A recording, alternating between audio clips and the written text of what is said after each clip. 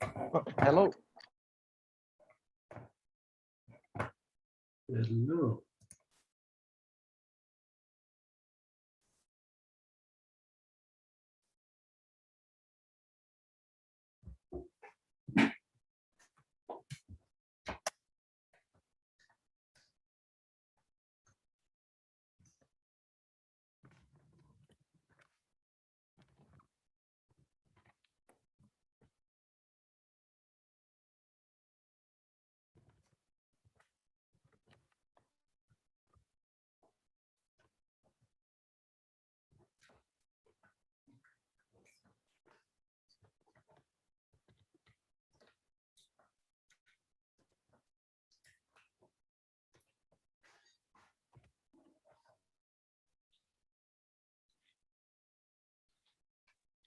Good morning, Dr. Kerber. Hello, can you hear me now? Yes, I'm hearing you fine. Okay, good.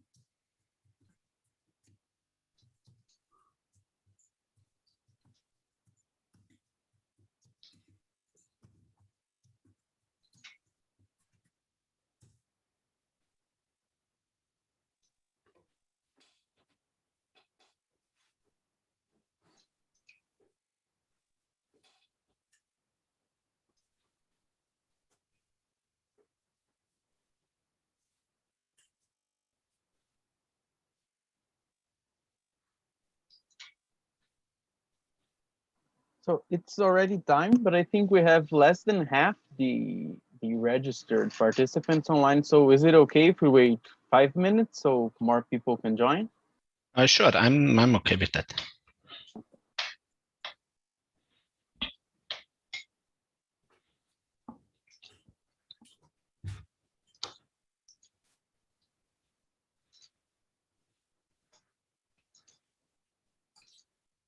Hello, here is Jacobus. Meanwhile, maybe I can welcome you. I am also professor at the University of Campinas, and I am advisor of the chapter. So we are very happy you could deliver this DL to and help the chapter and the students at our university. So we are very happy you are here. Well, thank you very much for the invitation. I'm very glad to be here today and talk to you about some work we have published in the past on these high-K dielectrics and impact on reliability. Yeah, it's very nice.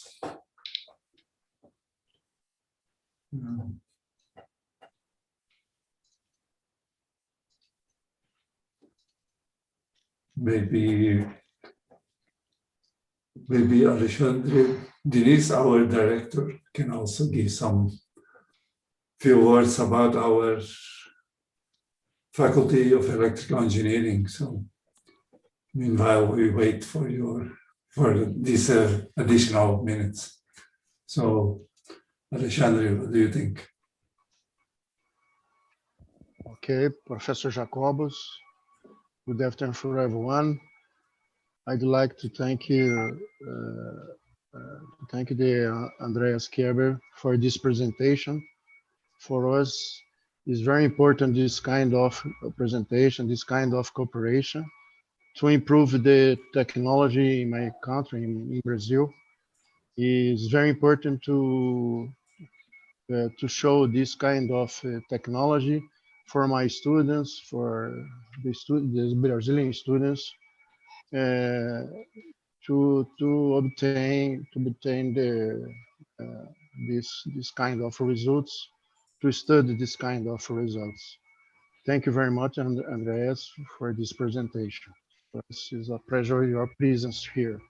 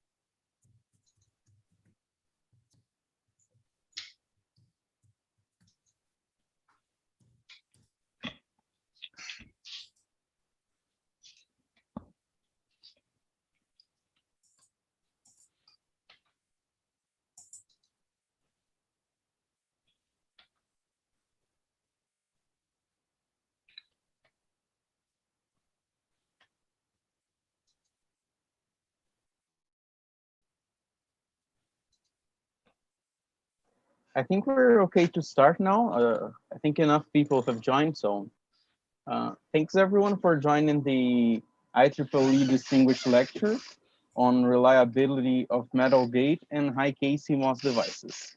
Our lecturer will be Andreas Kerber. So the lecture will be about 50 minutes with 10 minutes of Q&A afterwards. You can either send your questions directly in the chat or just send a heads up and I will send you a notification so you can unmute your audio and your video to make the questions yourself. So some highlights from Andreas' bio. He received his diploma in physics in the University of Innsbruck, Austria, and a PhD in electrical engineering from the TU in Darmstadt. He worked with ultra-thin gate oxide characterization with Bell Laboratories and on sub-100 nanometer advanced gate dielectric reliability at Infineon Technologies. During that time, he developed a low-cost, fast wafer-level data acquisition setup for time-dependent dielectric breakdown with sub-millisecond time resolution. He worked with AMD and Global Foundries for 12 years as a principal member of technical staff on front-end of line reliability research, with focus on metal gate and high-K CMOS process technology, advanced transistor architecture, and device-to-circuit reliability correlation. He also worked on reliability of silicon photonic devices with Scorpio's technology and currently works on product quality management of CMOS image sensors for automotive, consumer, and industrial markets on semiconductor. Dr. Kerber has contributed to more than 110 journal and conference publications and presented his work in international conferences, including IEDM, VLSI, and IRPS.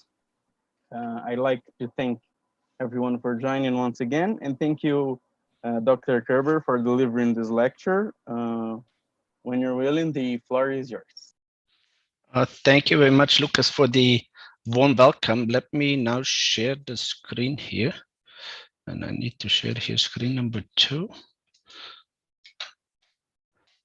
So there's some, since this is an IEEE lecture, there's some obligatory announcement about the this virtual distinguished lecture at the University Estadual de Campinas in Brazil. So the IEEE Electron Device Society has its mission to promote the excellence in the field of microelectronic devices for the benefit of humanity. And if you're not already a member of the IEEE and the Electron Device Society, I encourage you to join. There are a lot of benefits you gain by being member of this association. The mission is accomplished through various venues, the conferences. There are a lot of meetings and symposia. As you know, for example, the VLSI Technology Symposia, one of these flagship symposia for the IEEE. And the field I'm in, which is reliability, we have also the International Reliability Physics Symposia, which was just currently held this week. Due to the pandemic being a virtual conference, but hopefully next year we all are going to be back and can gather again at a location. There are also workshops and large scale conferences like the IEDM being the flagship conferences in the United States, and in Europe, ESTERC, and the most recently introduced ETDM in the Asia region. Beside conferences, publishing is one of the missions, and of course there are the journals which are well known, the Transaction on Electron Devices and the Electron Device Letters.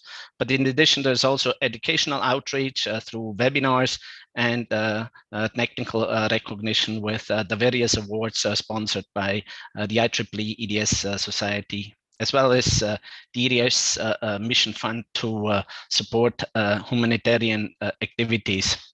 And as I said, if you're a member of IEEE EDS, you're in very good company.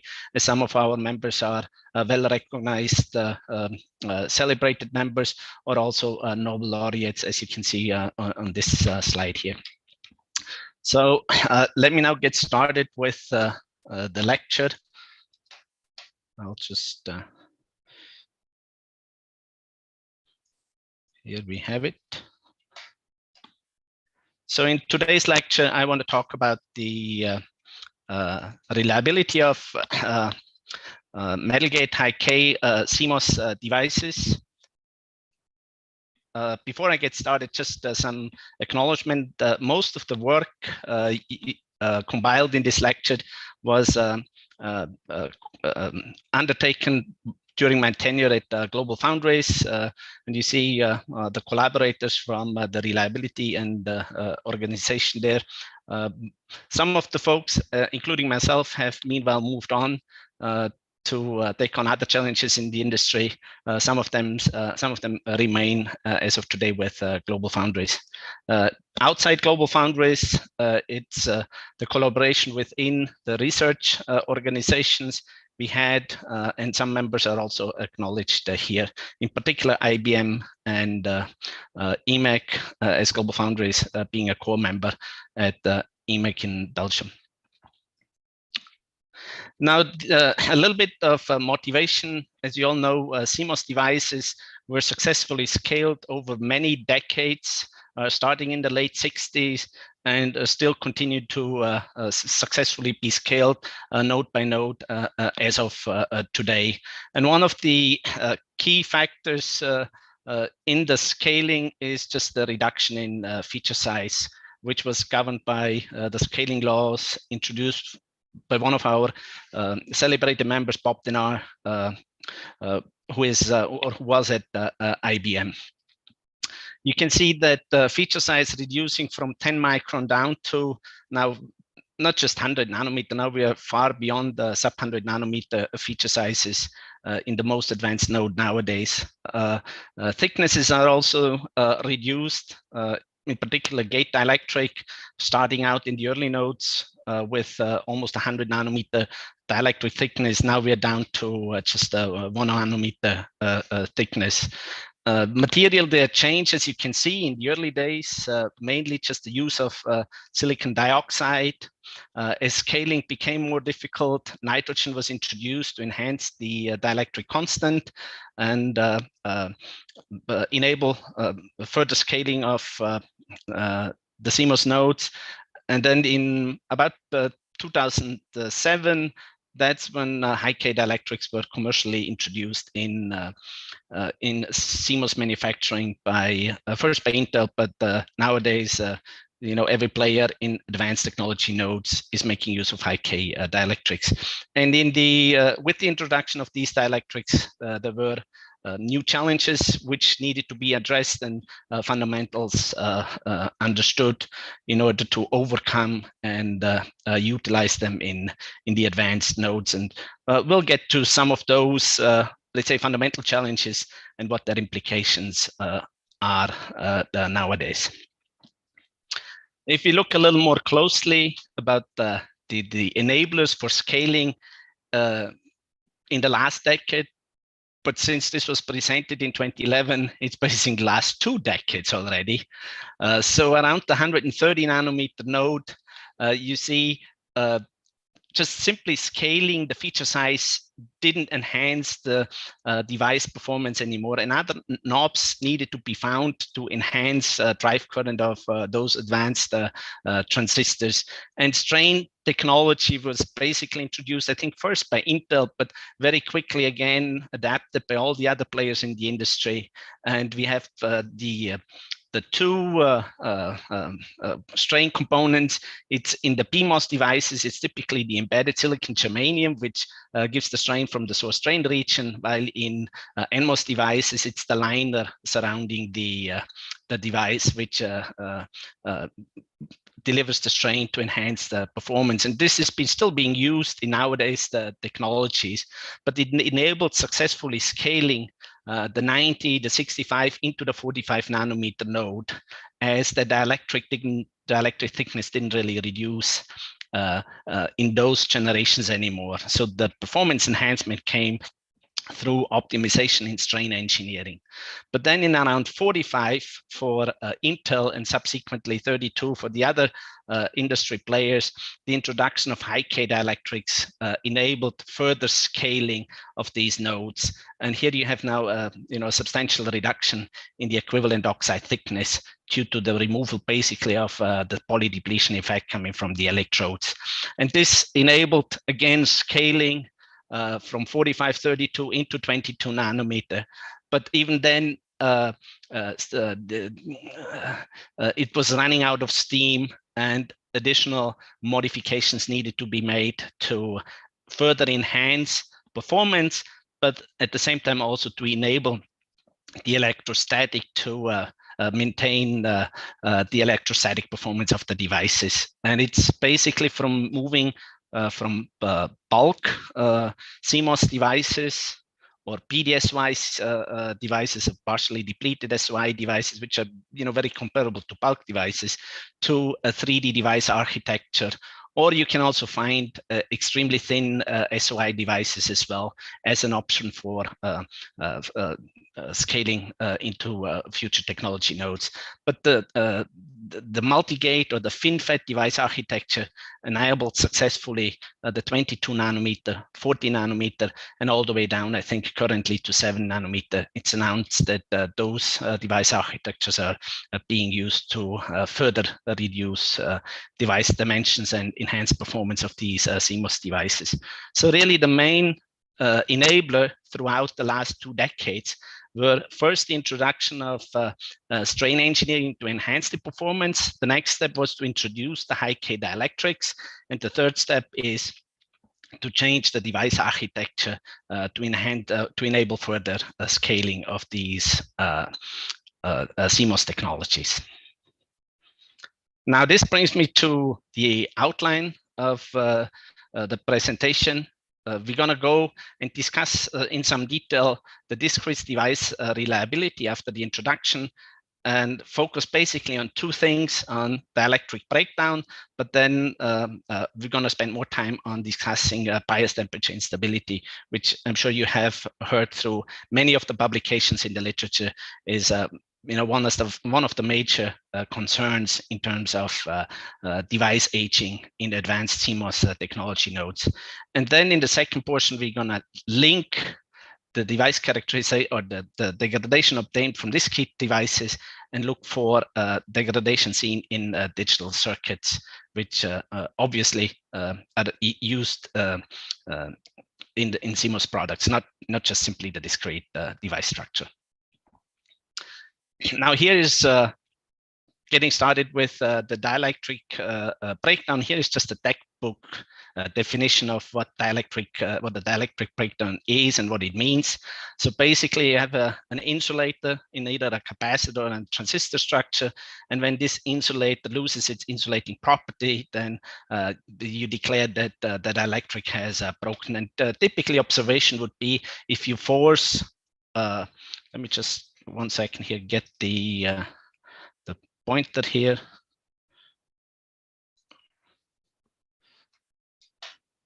So if we force or if we subject the capacitor to a voltage source, that means the current is going to increase.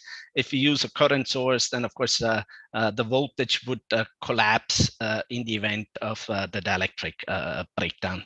And you can just see here an example where this event occurs at different moments in time for different samples, which now basically shows you that this is a statistical phenomena, and it's typically being modeled using Weibull statistic. And you have the typical characteristic parameters for Weibull statistic is the slope and the characteristic time. So in normal distribution, you have the mean or the 50th percentile. In the Weibull distribution, it's the 63 percentile, which is the characteristic time. And explained is all of that successfully using a percolation model where you have randomly defects being formed in the dielectric when stress is applied. And as soon as you have defects lining up and forming a connecting path, that's basically when the breakdown of the capacitor or the transistor structure is observed. The second mechanism we're looking at is bias temperature instability.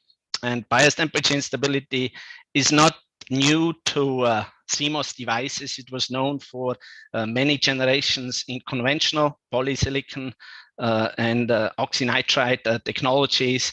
In the PFET device, you have an instability where operated under negative gate bias, you have a buildup of positive charge in the film, leading to a negative shift in the device characteristic.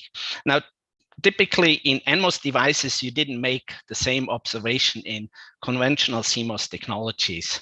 But when metal high K was introduced, and here you have let's say a simple cartoon of the dielectric stack for high K dielectrics on silicon. So typically you start out with an interlayer, and then you deposit your high K on top of the interlayer, and you have a work function electrode, which can be different between N and PMOS devices. And in a replacement gate scheme, you fill the trench of the structure with the metal.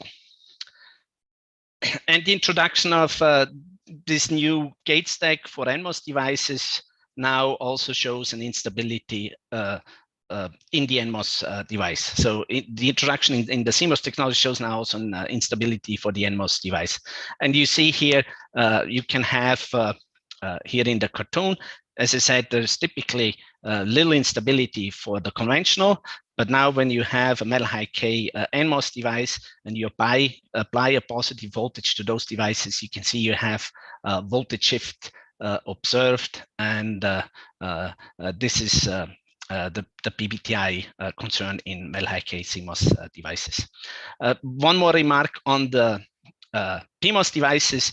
The magnitude of the instability in PMOS devices is actually pretty comparable between conventional and the replacement metal gate high K devices. Another observation with the PTI mechanism is that makes it a little more complicated for the characterization is when the stress bias is removed, then you very often see that a recovery occurs.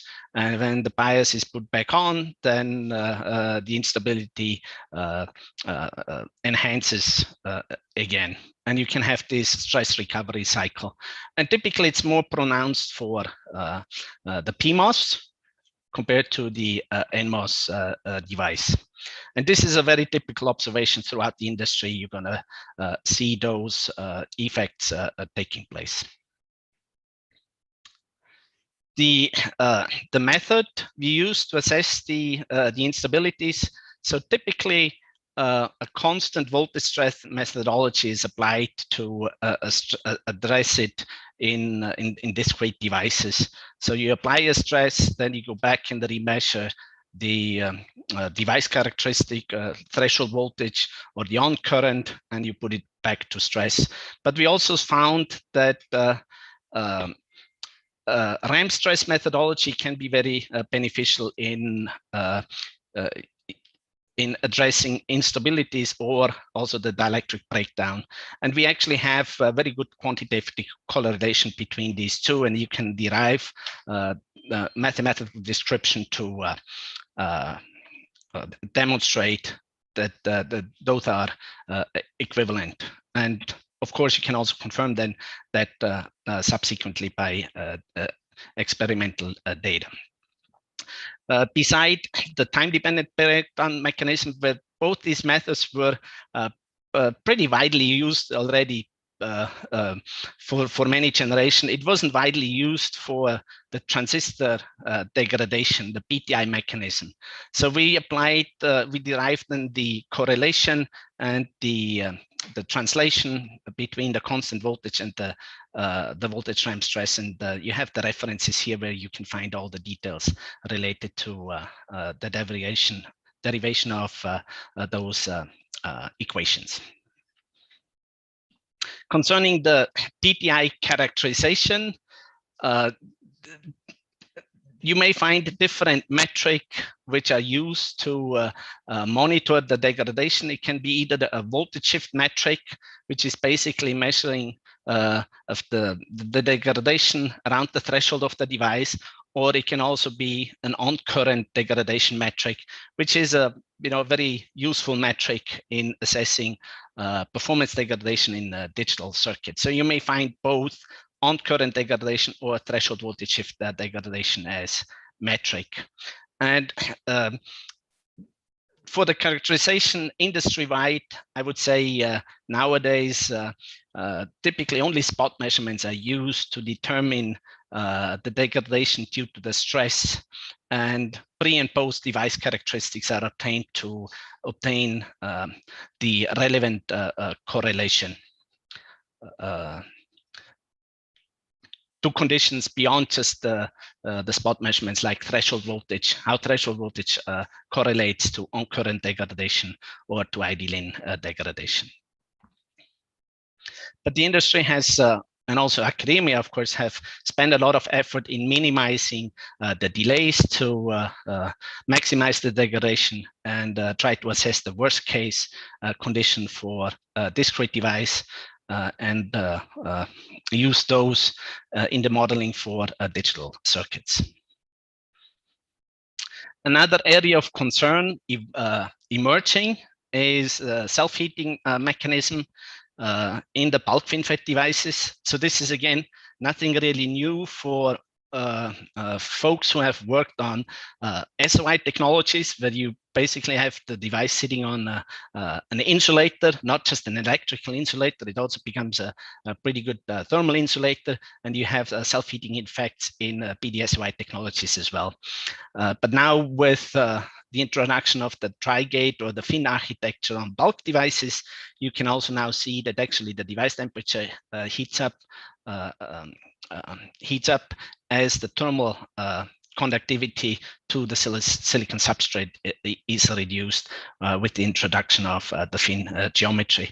And here's just an example of what we have done to do self-heating characterization. So typically you just start out with a times zero characterization of a sensor. In this case, it can be the threshold voltage of a MOS the device, or it could also be a diode sensor, or it could be a resistive sensor in either the gate metal or metal 1 Kelvin probes used as a sensor.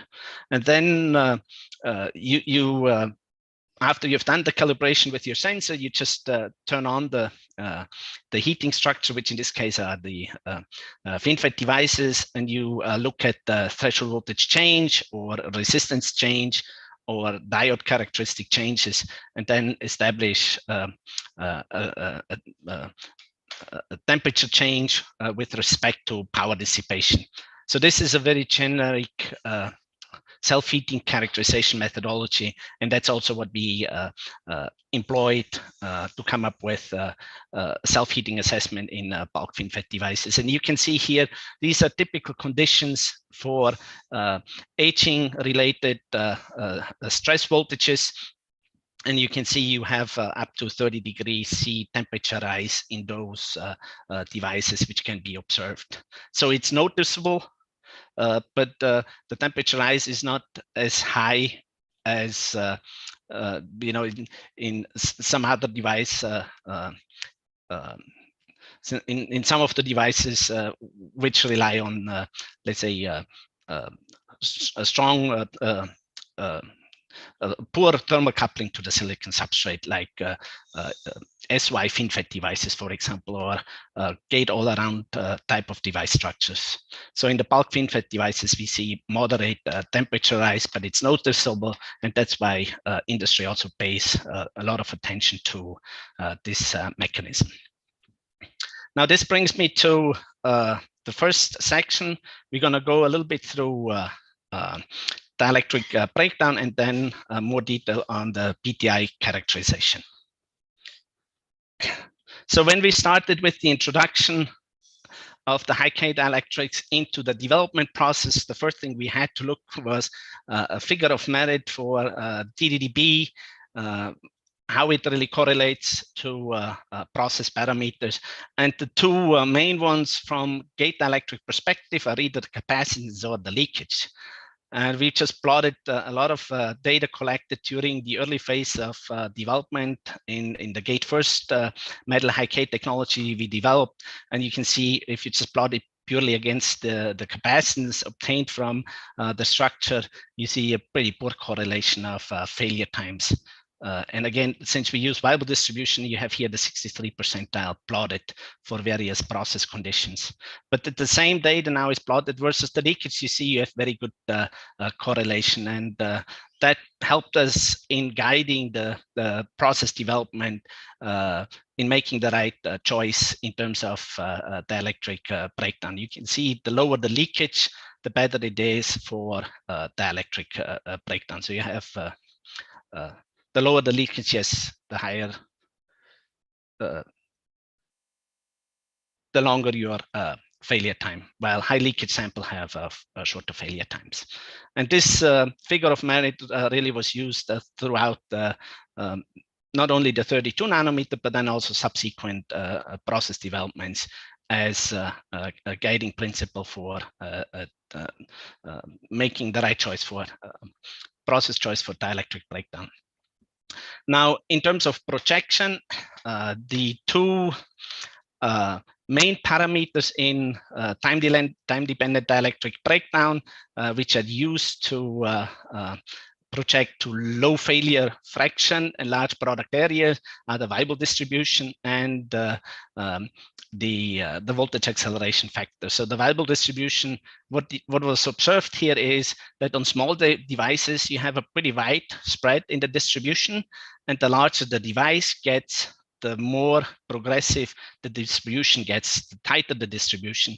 And obviously, if you now have to project to large areas, which are low numbers here in the Weibull distribution, on this scale, and also low failure fraction, the failure time, or the lifetime you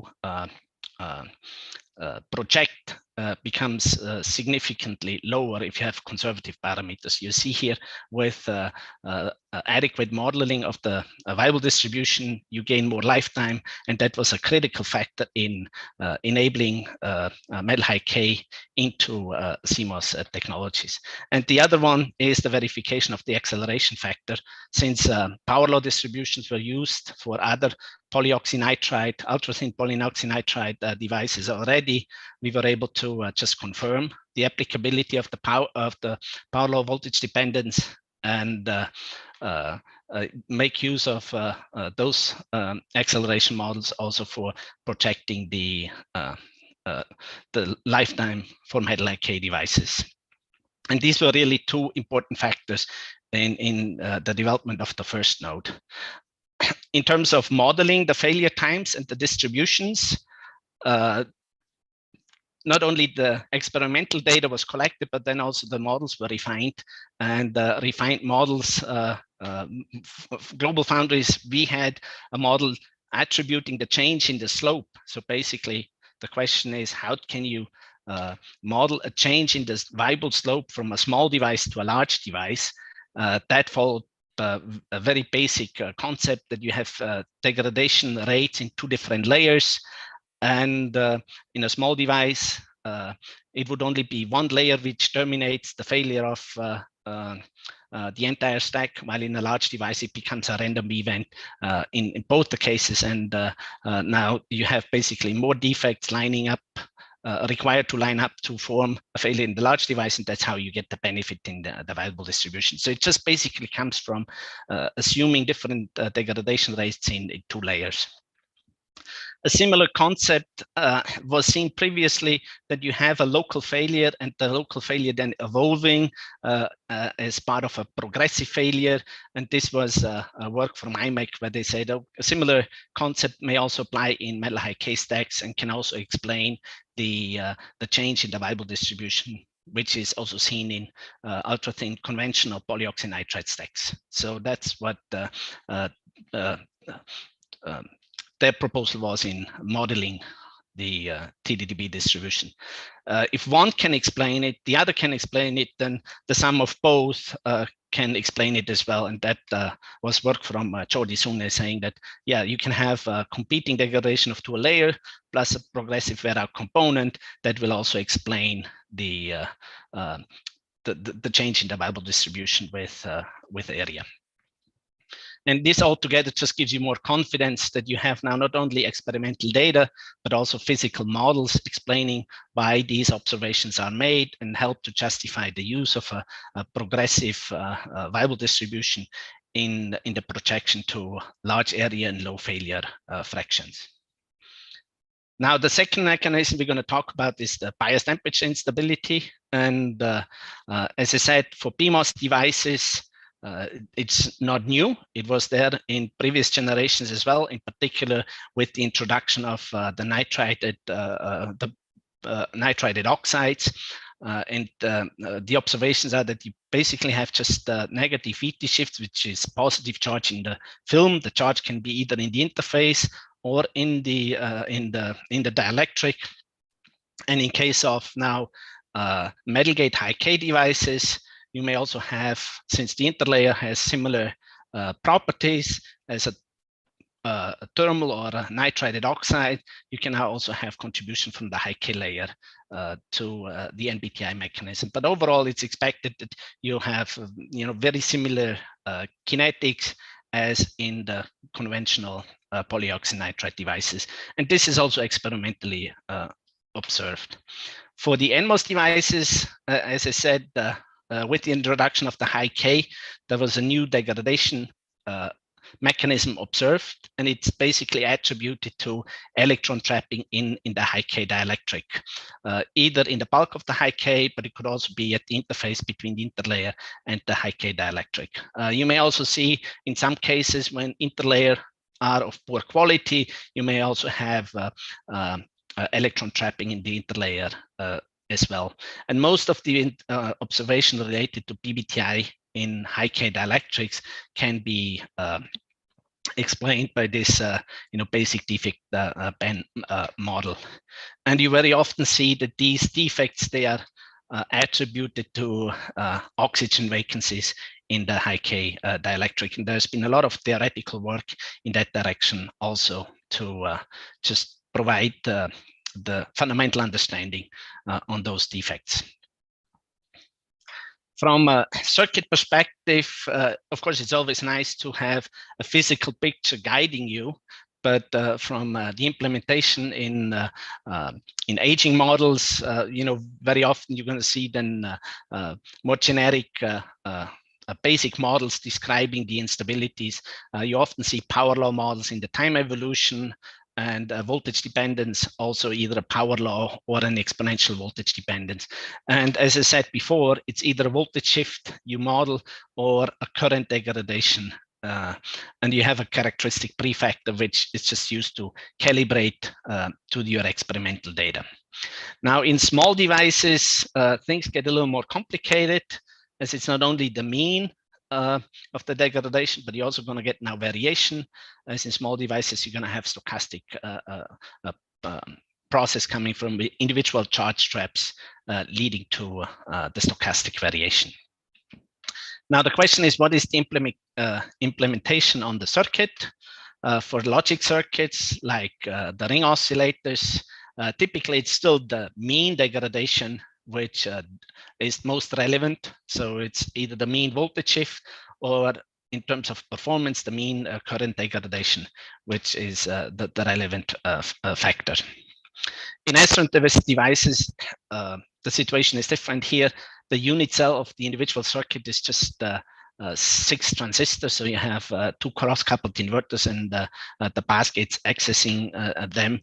So in this case, it's not only the mean shift which is important, but of course now the standard deviation and the variation coming from having just 6 transistors and small device geometry that becomes very relevant. So in case of stochastic BTI for SRAM circuit, you have to pay close attention to the statistical distribution of the instability for the different devices.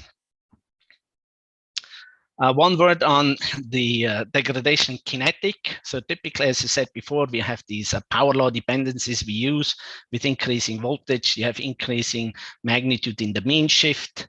And you have here is just a log-log scale. So you have a pretty straight line on those scales, which means a tau power law time evolution.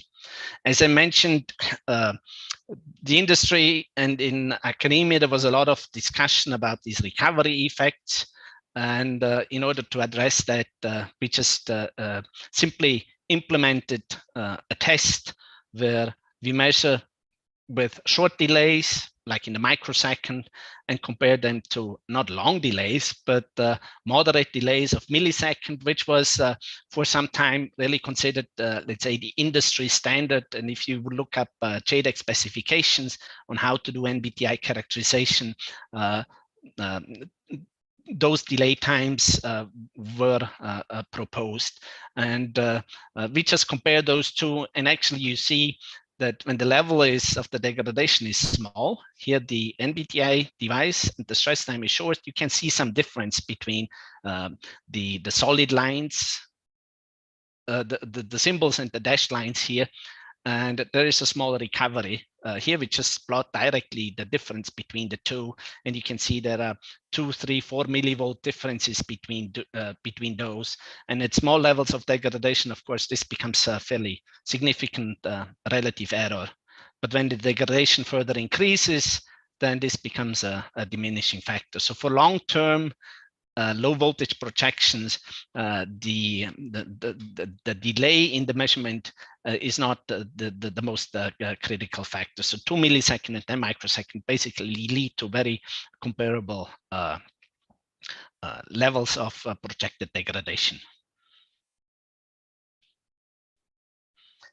And as I said before, the whole discussion about recovery in those devices was really triggered by, some of the publications out there in the literature. And here's the present or the figure from Reisinger at the IRPS in 2006, where he showed the log T recovery for the MBTI.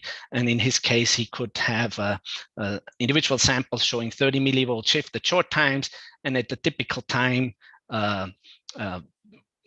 back in those days with commercial instruments, a second delay, you see half of the degradation has recovered. And of course, that caused a lot of controversy and discussion about, how fast we have to do those type of measurements. But nowadays, these commercial instruments, they have improved tremendously.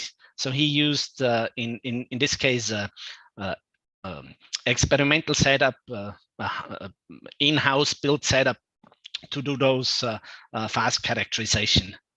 We did a similar exercise for the PBTI mechanism, again, using an experimental setup to do those microsecond type of recovery tests. And we see in both cases the log T recovery for both the MBTI and the PBTI mechanism.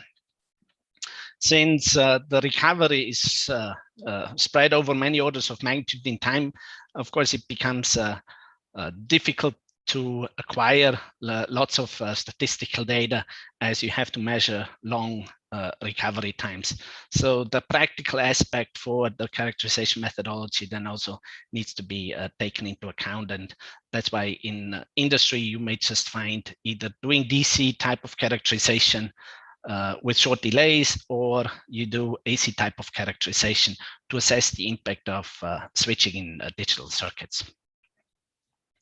One of the important factors for the introduction of high K dielectric was basically what is the scaling impact on the PBTI mechanism. So in the days when I started out doing research during within the IMEC high K program, ultra thin high K dielectrics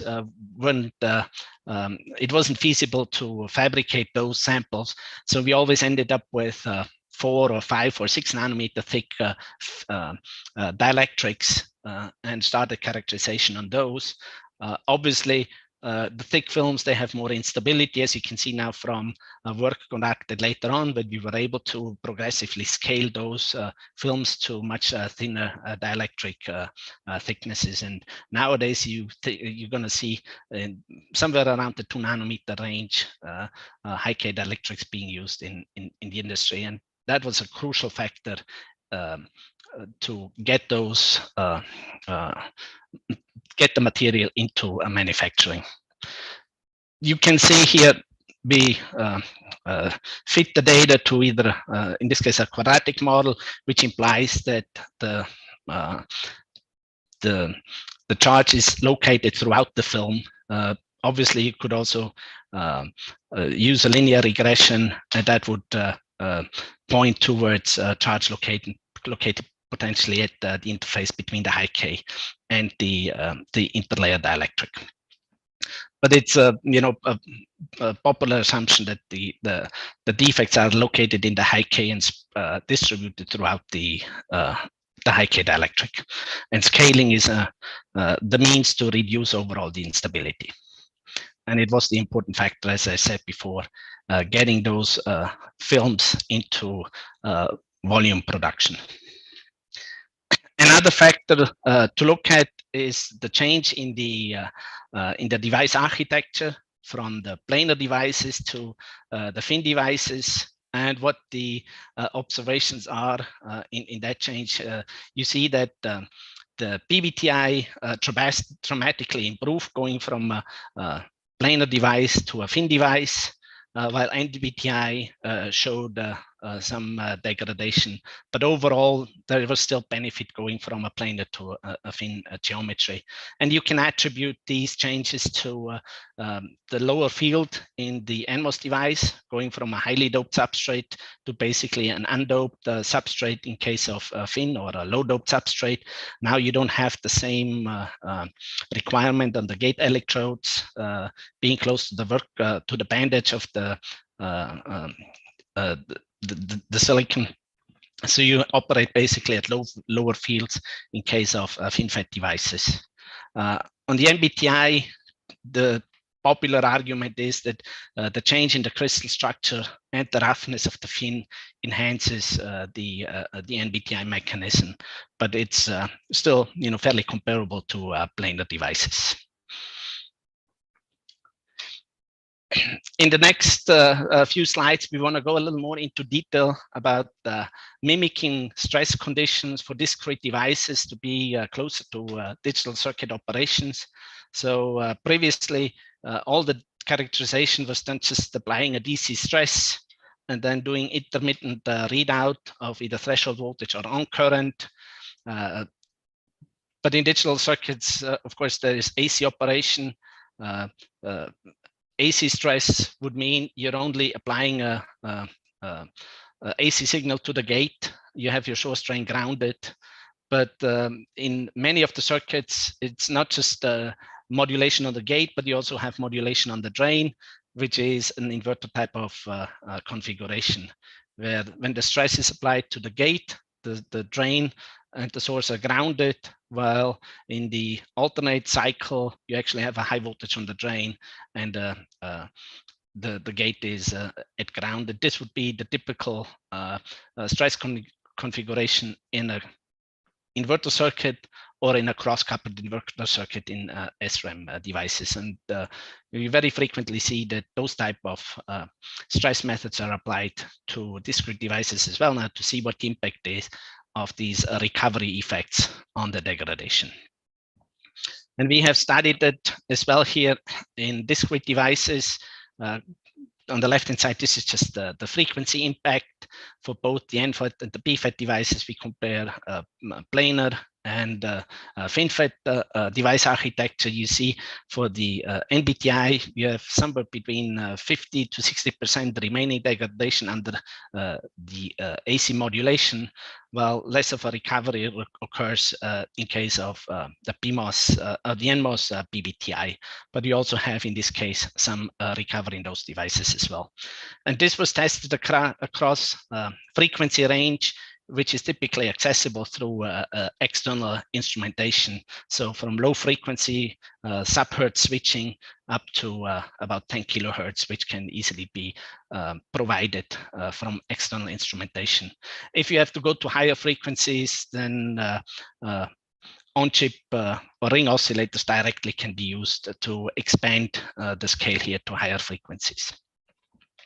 In addition to just looking at DC versus AC or inverter stress and how much remaining degradation you have, here we have it for, I think these are the FinFET devices. We do it for the NFET and the PFET. You see for the PFET devices, we get this 50% recovery, virtually independent of the stress mode, AC and inverter, giving you pretty much the same level of degradation. While on the NFET device, you see a little difference between inverter and the AC stress mode. And if you have to correlate really your degradation to SRAM circuits, then this one becomes also a relevant contributing factor. But overall, planar and FinFET devices show a very comparable trend independent of the stress mode. Going to the small devices now, this is just an illustration of the stochastic PBTI process. So if you have a large test structure and you have your median or your mean degradation, you see the variation is going to be small because you're going to have a lot of defects contributing, and the variation of the number is going to be small between different samples. But in case of small devices, here the variation is just naturally going to increase as it's guided by the Poisson process. And that, of course, requires now more samples for small devices to be tested in order to accurately determine the statistical nature of the degradation. In order to address this, we did a little bit of innovation on the test structures. Typically, single gate devices are used, or multi-finger if you need a wider device, but the test structure to track the mean degradation, we have focused on a multi-finger stacked device structure, which is basically making a large FETs out of many small FETs. And in the case of trying to get to the statistical variation, it's now doing a larger FETs, but out of many small devices, but now making use of the addressability in an array configuration. So two different structures to address mean and variation in the devices. And this is just to illustrate why this is really needed, because around the mean, all these statistical models, they describe the mean degradation equally well, but it's really in the tail of the distribution where they start to differ, and that's why you need a large sample to accurately model the tail of the distribution. And this could very well be of interest also in academia, a small innovation on the structure to get to a larger sample size, which gives you a lot of benefit in terms of doing the stochastic modeling. Another area we briefly covered is the impact of random events like random telegraph noise. So if you only measure your sample once, you're going to make one observation. If you measure the sample again, the observation may be same or may be different. And what we observed is that the small sample of the population, they actually show some random telegraph noise, and that gives a skew in the distribution, and that impacts actually the stochastic modeling for NBTI degradation. And this is how the impact of random telegraph noise impacts your stochastic modeling. You see when the mean degradation is small, you have more of a discrepancy in the tail of the distribution, whether you include or random telegraph noise type of events or you exclude. And with the inclusion of random telegraph noise, you get a little more skew in the stochastic statistical distribution. But when the degradation increases, then you see the difference between including or excluding. The random telegraph noise diminishes. So for significant levels of shift, the RTN is not such a strong contributor. But when the level of shift is small, then it becomes a significant contributor. And that just needs to be taken into account when the models are being developed. One final remark on the impact of the time zero variation versus the aging-induced variation.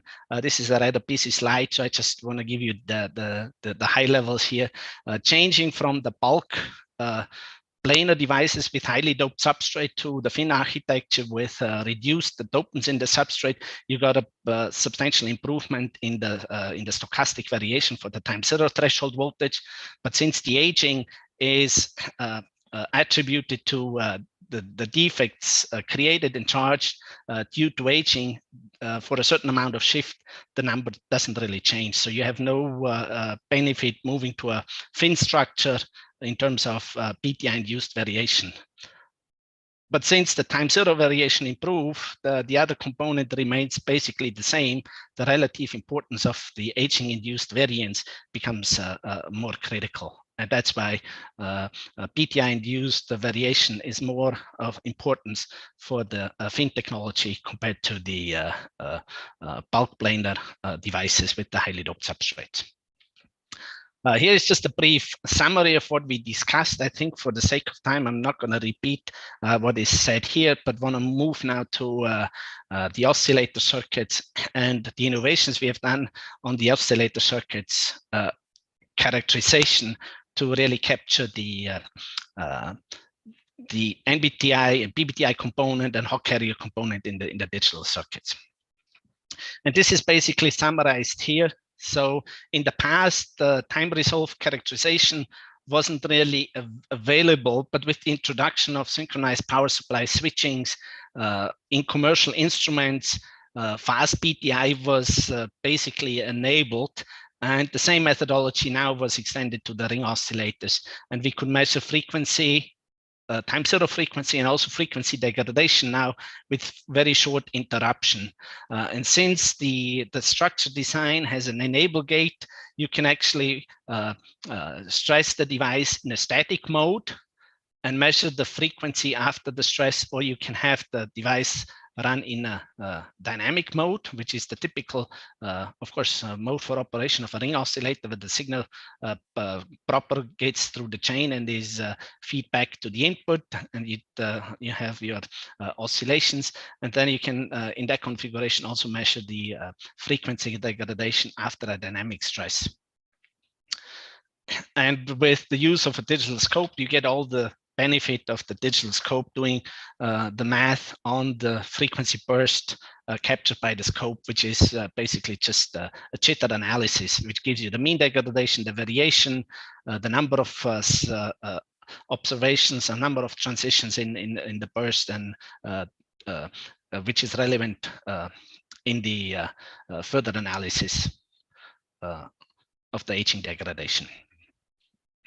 And here is the first, let's say, a result obtained, since some of the results in the literature suggest that frequency may be an important factor in the aging in digital circuits.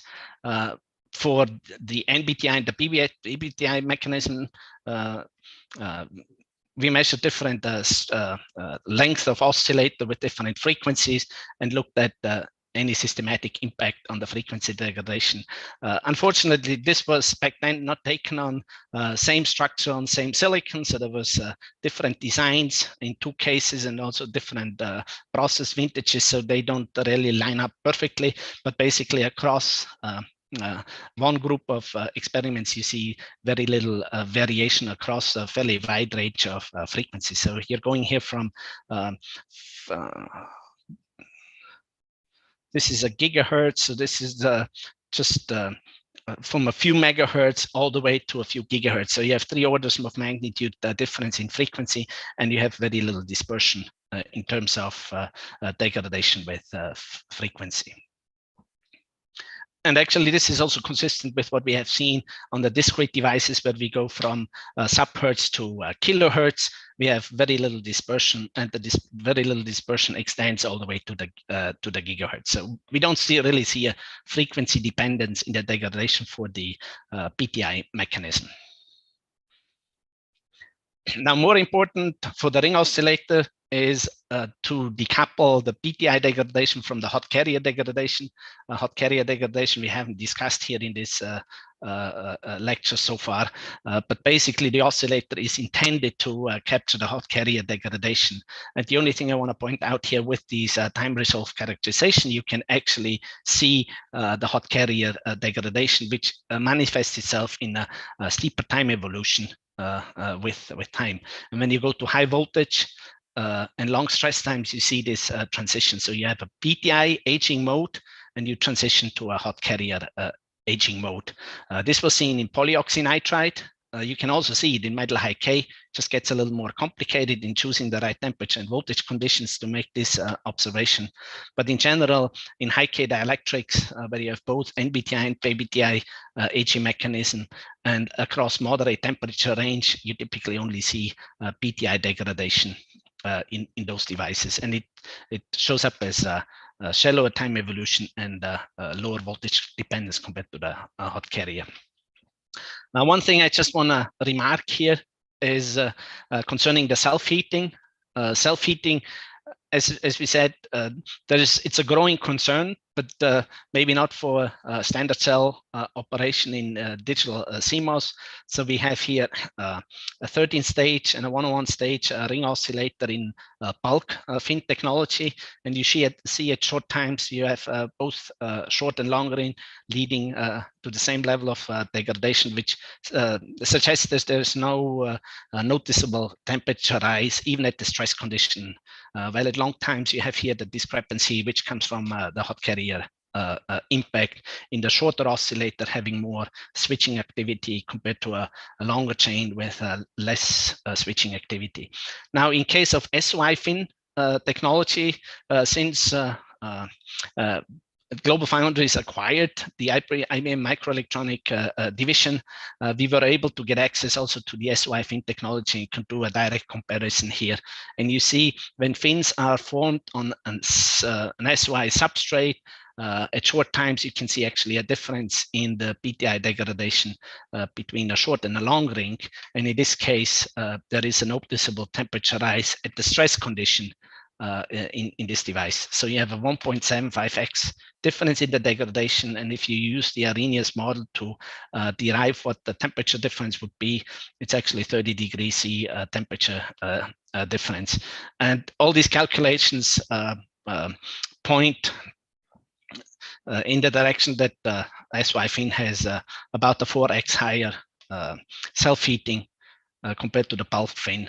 And the 30 degree then just would be a few degrees Celsius temperature rise at the stress condition in the bulk fin, and that's why it's not seen. So yes, self-heating important, can be seen, but not necessarily on bulk fin devices at this point. Beside the frequency degradation coming from PTI mechanism, we also explored using the oscillator to look at dielectric breakdown. And you can see here that dielectric breakdown can also be observed in the ring oscillator. And if they are operated in a static mode, they actually are in excellent agreement with the discrete device TDDB metric. In a dynamic mode, stressed, you have prolonged failure times. And there seems to be some, potential to get more TDDB margin when considering high frequency operation. But this hasn't been really explored widely at this point. It's just an observation at this moment. And one of the important factors is Poisson scaling for TDDB. That's something we discussed before. And we also verified that in digital circuits. And you can see that across a range of oscillators here, you have good Poisson scaling, and only in the very large structures you see a deviation. And this deviation is basically by the excessive current drawn by large structure leading to a droop, and that causes higher VBD shifts. So for large structure, this is an important factor to take into account. But overall, the fundamentals from discrete devices are also reflected in ring oscillator circuits. This brings me to the summary here on the circuit side. The important thing to mention is that the PTI shows very little frequency dependence across a very wide range of frequencies, going from discrete subhertz to gigahertz devices. And hot carrier contribution can be observed, but the conditions need to be really optimized to demonstrate those. And it's beneficial to have fast characterization methods to capture the NBTI, PBTI component, and to demonstrate then the transition to a hot carrier. Now, in brief outlook, since the fundamentals, at least in my opinion, for both TDDB and PTI mechanism, they're very solid, and we're not expecting that those gonna alter in future nodes. And we have seen now, even up today, I think down to 7 nanometer node, that these fundamentals still hold for FinFET, FD-SOI, or gate-all-around architecture. Obviously, bringing in a new channel material poses additional risks and may require refinement in the methodologies. In general, reducing the dimensions, that's gonna put more focus on the stochastic variations, applying both for the BTI, but maybe also the hot carrier mechanisms as well. And you're going to have competing impacts in terms of time zero and the aging induced variations. One thing we haven't really discussed here is the gate to contact. Since the spacing and the dimensions are further reduced, the future knows that variability in this area is also becoming more of a focus area. And in general, self-heating is a growing concern, in particular when moving to a device structure which has a worse thermal impedance connecting the heat to the substrate, as it would be in a gate-all-around structure or FDSOI structure or a fin structure with higher density and taller fins. And the one thing I want to highlight is the correlation with devices and circuit that is really essential in establishing the performance and the reliability trade-offs. So that's all I had for the lecture today, and I'm happy to take any questions.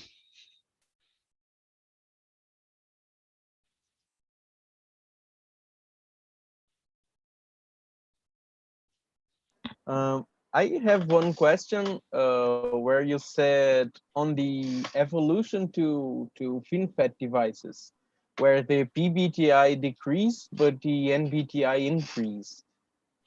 And I think I didn't have time to make a note here, but you said the current theory is that it's surface effects during the FinFET fabrication, right?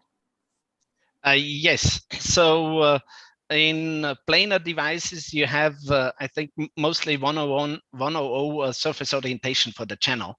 Now, when you use the same substrate material and you produce a fin, then the channel orientation necessarily isn't exactly the same as on those planar devices. And on top of that, since the fin is a vertical structure, and not, let's say, fabricated, may have more roughness, that an enhancement also comes from the additional roughness and not just the orientation. So orientation one, roughness being the second, leading to higher MBTI degradation in the fin technology. Yeah, that was exactly my question, if there was a dominance of one over the other. So I think it's depending who collects the data and presents the material, what is being favored. I don't think it's an easy way to discriminate whether it's the channel orientation simply or the roughness. But both are possible explanations. Okay, thank you very much. Are there any other questions? You can send them over text and I can read them, or you can just signal me and I'll send you an unmute notification. Yeah, since I can unmute myself, here is Jacobus. My question is also related to the same slide here. So it depends on the angle you make your fin. So you can make it parallel to 110 or in other directions, the fin. So are there peripheral directions that you draw your fin? That's one question. And then I have a second, more general question is, do you see, does the high K material itself worsen the reliability or not, compared to SOI and to silicon oxide and silicon nitride? So I expect yes, but do you have a direct comparison? And that's also difficult to do because you need to have the same dimensions, maybe same capacitance, for instance. Can you comment on these two questions?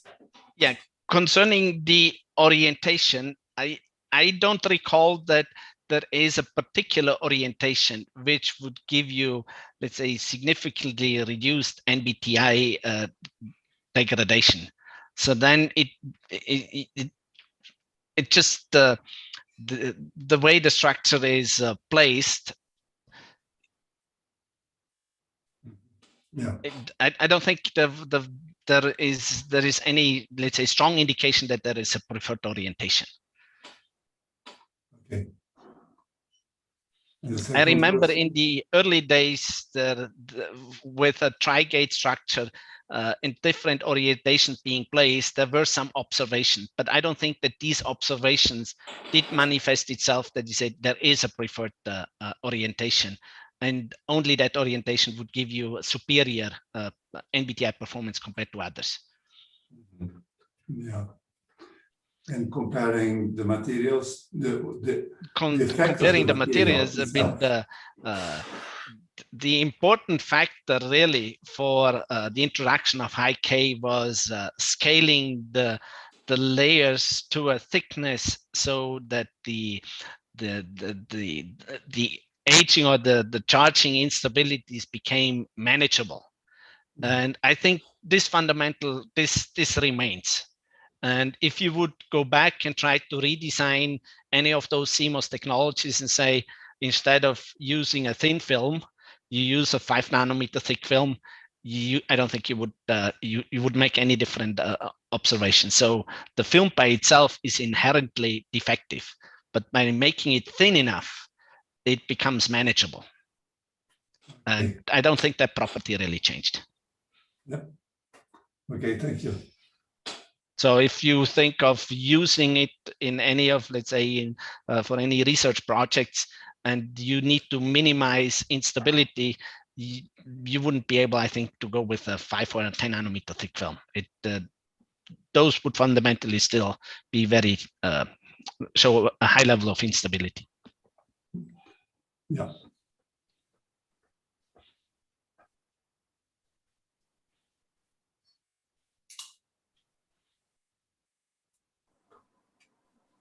So I think there are no more questions. Is there any more questions?